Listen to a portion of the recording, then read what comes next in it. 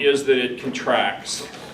And everything has to work together for it to contract. The atriums contract, and then the ventricle contracts, and it pushes the pumping of the blood actually opens the valves. Then the rebound of that blood actually closes the valves. And so there's no little motors in there that open and close your heart valves. They just flutter in the breeze, so to speak. So we're going to talk about the cardiac cycle, and I'm going to run through it in this set of slides here. The cardiac cycle starts with an action potential at the SA node. Now, what does that mean? Well, the SA node is the sinoatrial node, and it is the heart's own intrinsic pacemaker. So it sits there and it's firing off, and I suspect that every single person in this room is in what we call sinus rhythm. In other words, the thing that is pacing your heart is your SA node. We don't really talk too much about abnormal heart rhythms in this A&P class, but just so you know, there's other areas of your heart that can pace your heart, and when they do, they don't do as good a job as your SA node. So anyway, but the whole cardiac cycle starts with that firing of that first little action potential in the SA node. It then spreads around through the heart muscle and causes the muscle to contract. And as it does, it creates this tracing called an electrocardiogram, ECG or EKG. And an EKG is basically passive. It's just looking at you. It doesn't apply any electric charges to you. It's just recording the electrical activity of your heart itself. And so we'll talk about that a little bit as this happens. So just to go through this kind of in a one slide way, everything starts with a stimulus firing off here at the SA node, which is up in the right atrium. The electrical charge then spreads through the atrium, and it comes down here to this thing here called the AV node. AV node, the atrioventricular node, is right there in the center part of the heart, the septum, interventricular septum, this band of muscle that goes up the middle. And once it gets to this point, it pauses for a minute. And what it's pausing for, it's pausing for the atriums up top to contract. And then once they contract, then the electric charge spreads to the ventricles, and then the ventricles contract. And you'd like to have your atriums contract so that your ventricle is completely full before your ventricle fires. That's the whole idea of this part. Then the charge, once it gets through this AV node here, it spreads down and goes through all of these, we call them Purkinje fibers. Down here it's called the right and the left AV bundle. And then it spreads the charge, and then the rest of the ventricle all fires together and contracts. Now, obviously, when the cardiac cycle contracts, it creates blood pressure because it's just a pump. It pressurizes the blood and pushes it on, and it also causes heart sounds to occur. Now, heart sounds are all caused by the valves closing. They snap shut. Lub-dub. Lub-dub, lub-dub. We'll talk about that, and you can listen to your heart over in the lab if you'd like. So here's this conducting system. The SA node fires at about less than, well, what is it? Goes from just above 20 down to minus 40 to fire, and then it starts coming back, and it does this about every second. Now, if it was firing every second, 1.0 seconds, what would your heart rate be?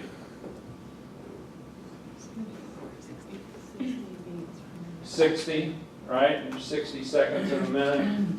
So if it was taking 1 minute for each of these firings, 1 second for each of these firings, your heart rate would be 60. Now, I doubt anybody in here has a heart rate of 60. That's pretty slow. Most of you are probably in the 70s or 80s. And that's pretty typical. Now, if you were Lance Armstrong, you'd have a heart rate of about 40 because his heart is so big and so strong that he literally had a heart rate of 36.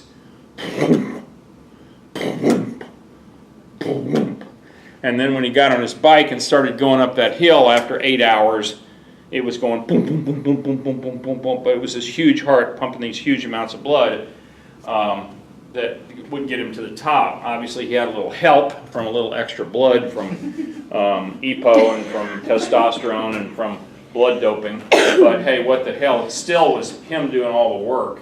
And I just can't even imagine.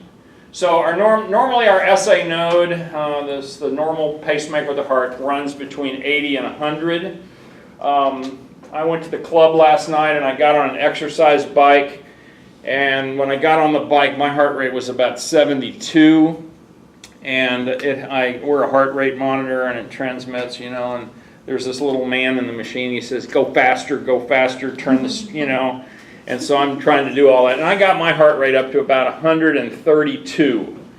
That's pretty typical. That's kind of high actually for an old guy. Because as you get older, your heart gradually slows and your maximum heart rate slows as well. So we know that we've got the sympathetic system stimulates the heart to make it go faster, fight or flight. And we know that the parasympathetic system makes it go slower. So you have both inputs going on to your heart. If our SA node was not working here, then you're firing, the thing that would be firing next would be your AV node. But it fires at a lot slower rate, 40 through 60. And it was not terribly unusual to have a patient every now and then walk into the office and, you know, what's your problem? Well, I'm just feeling kind of dizzy and I just feel kind of weak and I feel like I can't do much of anything. And you just put your finger and feel their pulse, and their pulse was 40. And then what that told you was that their AV node, their SA node rather, up here wasn't working right. They were living off of their AV node. The problem is 40 to 60 beats a minute is not really enough to make you feel good. It's probably not enough to pump blood all the way up to your head, so therefore you feel dizzy. The SA node is in the posterior wall of the right atrium, contains these pacemaker cells, and it is connected to the AV node that's going to carry it south by these internodal pathways. We used to say that the AV node would fire and then the ripple, the electrical charge would spread out like a ripple on a pond. And it would just spread around, and then part of it would actually get down to the AV node. We now know that there actually are some internodal pathways that were drawn into that diagram earlier. So you got two things you need to remember here is that the firing of the pacemaker is not the same thing as the squeezing of the muscle. Okay? In other words, you fire the electrical charge, which travels at the speed of light, you know, around that to the EKG. But then it takes a while after depolarization for the muscle to actually contract. So when it says this just begins atrial activation, that's really true. So it looks kind of like this. The SA node fires up here in the posterior part of the right atrium at time 0, and everything else is sitting there waiting. The AV node, which you need to understand, is in the floor of the right atrium, and it receives the impulses from the SA node. The main function of the AV node is to cause a delay in the impulse. In other words, it wants to allow time for that atrium to contract, pushing the blood down into the ventricles before the ventricle fires. You want the ventricle to be as full as possible. Anyway, so we said now, the first one said that atrial activation begins, the electrical things happen, but then what we're now is now you're starting to see the atrial is starting to contract.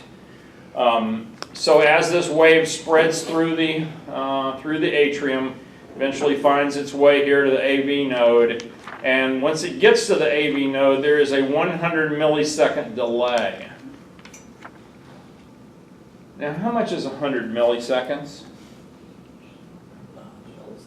Huh? I mean, you ever been to a track meet and had a stopwatch in your hand? How much is 100 milliseconds? It's a tenth of a second, okay? Not a very long time, but it is a significant amount of time in terms of this whole thing.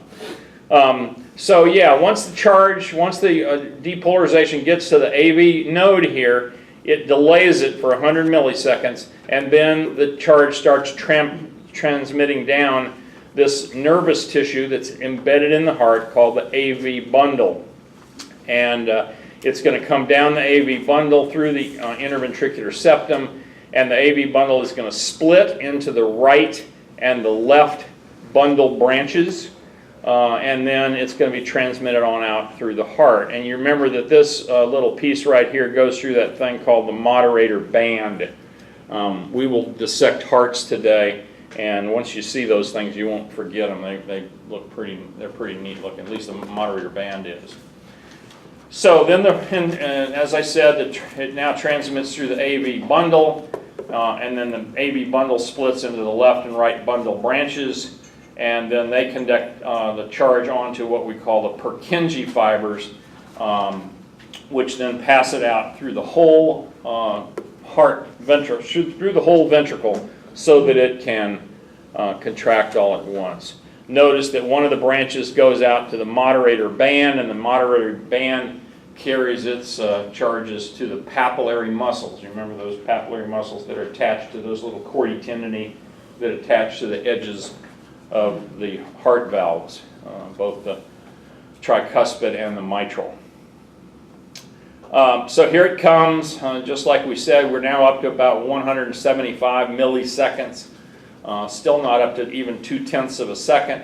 The Purkinje fibers, they're fibers that just carry it out through the ventricle. And by this time, the atrial contraction is completed, and now the ventricular contraction begins. So to illustrate it, I would say that what happens here first, here's your atriums up here, here's your ventricles down here, and your atriums contract first, pushing more blood down through the AV valves into the ventricle, and then the ventricle all contracts together to push the blood out of the heart. Okay, but it's done one after another, and that's the way you'd want it. You'd want the atriums to contract first, pushing the blood down into the ventricle, then the ventricle contract. If that all doesn't work in sequence, then your heart isn't working as well as it could, and that can lead to rather serious problems. So here we are. We've spread the impulse around throughout the whole ventricle system here, and now the ventricle contracts and pushes the blood up and out of the heart. A couple of terms to know that you need to understand. One is called bradycardia. That patient I described to you earlier that walked in with a heart rate of 40, he's in bradycardia. He's really got a slow heart rate. Somebody that, like me, that was on that bike yesterday and I'm up in the 130s, that's a tachycardia. My heart's really going pretty good for me. We also have abnormal pacemakers that are called ectopic pacemakers. And ectopic pacemakers are a bad thing. They're always a bad thing because you really do want your heart to contract using the normal conducting system. If you've got an ectopic pacemaker, I'm going back to this picture, but let's just say you had some cells out in here that were firing off. And when they fire off, they then send their messages backwards up these nerves, and this piece of the heart down here contracts, but it's not timed with the atrium or anything, so obviously things aren't going to work so well. And ectopic pacemakers is what kills most people that have a heart attack. They have a heart attack is a blockage of blood flow to a piece of their heart muscle. And when that heart muscle is strained by not having any oxygen because it's not getting any blood, then abnormal ectopic pacemakers present themselves. And these different areas of the heart then start firing off irregularly. And that's once their heart is firing off out of sequence and so forth, they're not pumping any blood and those patients die. The good thing is if there's EMTs helpful or help close by, if there's a defibrillator close by, they can be treated and get things going again, hopefully. But this ectopic pacemaker is an issue you ought to kind of understand. This is how you do an EKG. An EKG is really only done with 3 leads, 2 leads and a ground. But what we do is we hook up 1, 2, leg, so 4 extremity leads, and then 6 chest leads. 1, 2, 3, 4, 5, 6 across the chest. And basically what all these leads do, we only do 2 of them at a time, but the EKG machine converts from one to another to another to another and reads looking at the heart from different directions. Okay, so the lead 2 is basically this leg and that arm, I believe. And so you're kind of looking at the electric charge as it goes in that plane right there. The chest leads across your heart allow you to look at the heart from all of these different views across the front of the chest.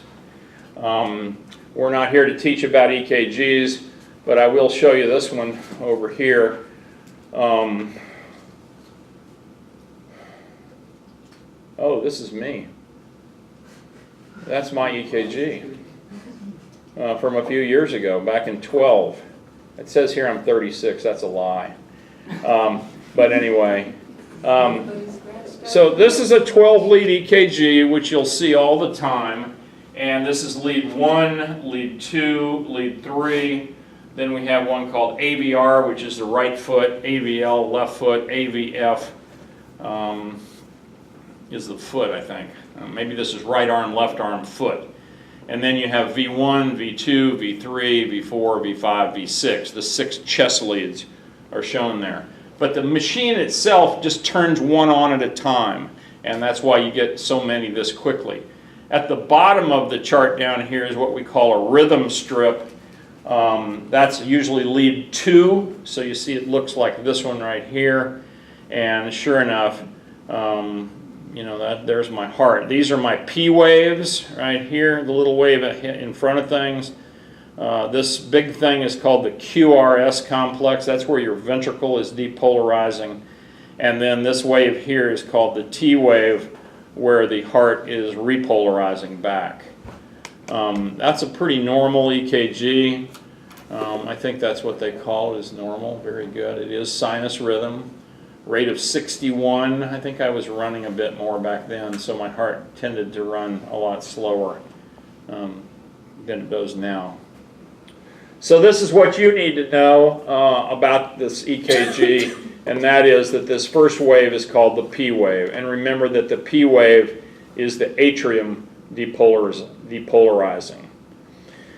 The interval between here and there is called the PR interval. Don't worry about that, or any of these intervals. If you learn EKGs, you'll find that those are really very interesting and very important. But here's the QRS, which is depolarization of the ventricle. Now you may, well, why does it go in different directions? Well, it's because the heart depolarizes a little bit that way and then depolarizes that way, and you know, in order to get all of the muscle, and from where you're looking at it, it looks like it, but it's always the biggest wave on the chart.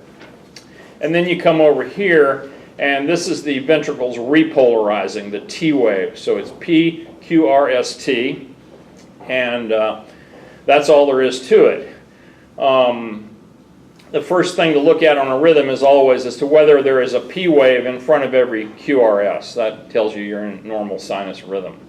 Now you may ask, well, wait a minute, you said the atria depolarize here, and where do they repolarize? Because here's your ventricles depolarizing, and here's the T wave is where they repolarize. So you may ask yourself, well, where do the atrium repolarize? And the answer is they repolarize here during the QRS. It just gets buried because the QRS is so much more powerful, because remember, the ventricle muscle is very thick and the atrial muscle is very small. So we never see, generally, we never see the atria repolarize because it's buried in the QRS. Okay, so the contractile cells of the heart, those are the ones you looked at under the microscope. You know they're branched.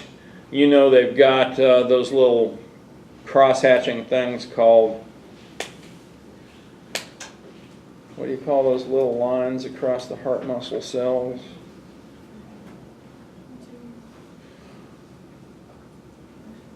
Intercalated discs, remember those? And remember that heart muscles are branched, and the whole idea of the intercalated discs is that they connect one heart cell to the next cell. They connect it by both electrically, both chemically, and mechanically. They stick it together so they all squeeze together.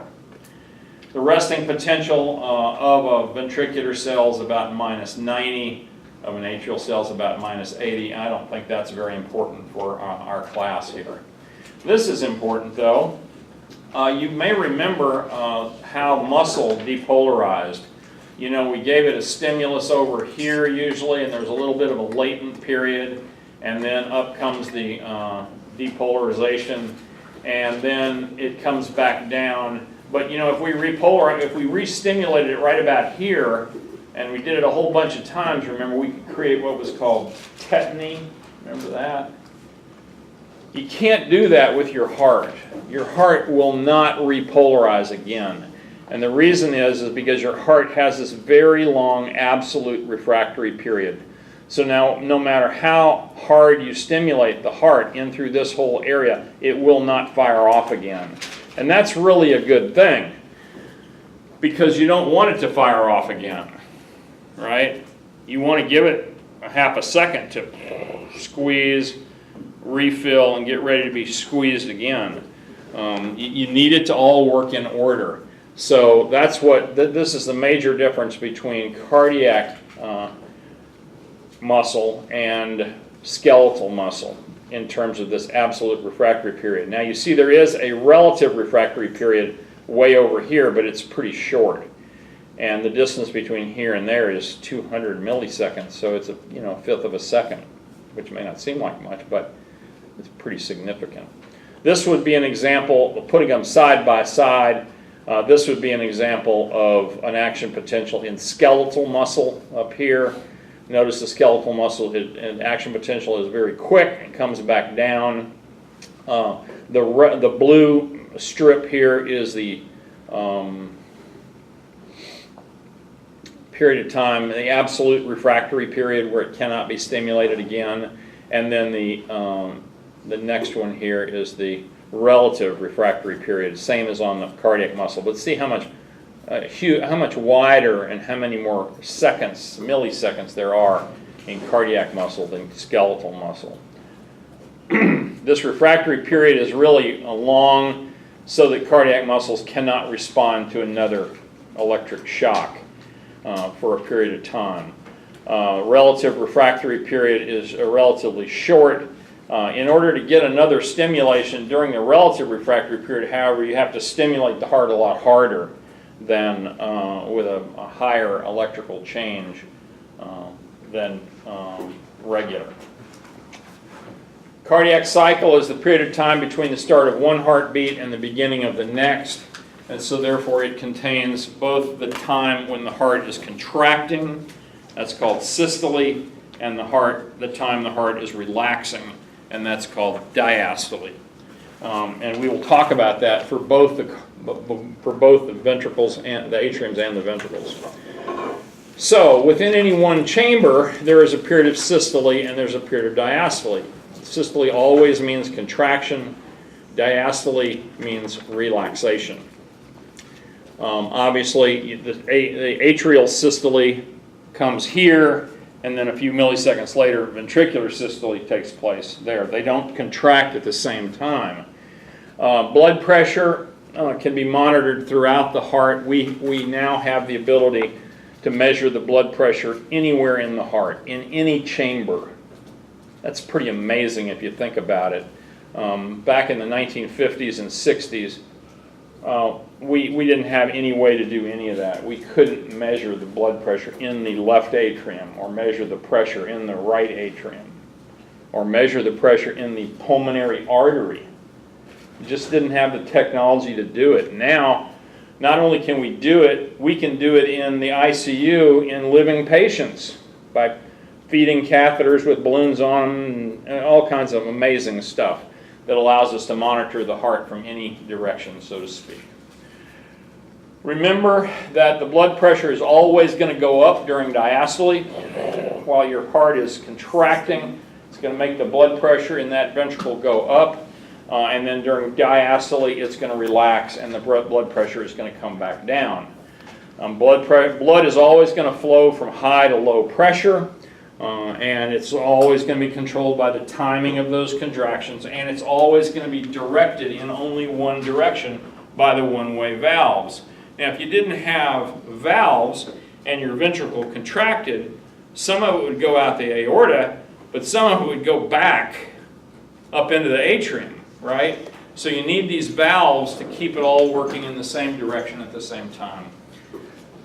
So if we consider the normal heart rate is, say, 75 here, then the entire cardiac cycle would last about 800 milliseconds, 0.8 of a second. When the heart rate increases, when you get beaten faster and faster and faster, it's important that you know that all phases, both the systole and the diastole, both phases shorten, but the diastole shortens more because it still takes a certain period of time for your heart to squeeze, okay? Diastole you can steal time from, but what that does then is it makes it harder for your heart to fill itself between heartbeats. So you lose what we call filling time when you shorten diastole. Let's talk about the steps. And I'll just tell you, you kind of got to know this. This is just one of those things in A&P that you kind of need to be able to understand.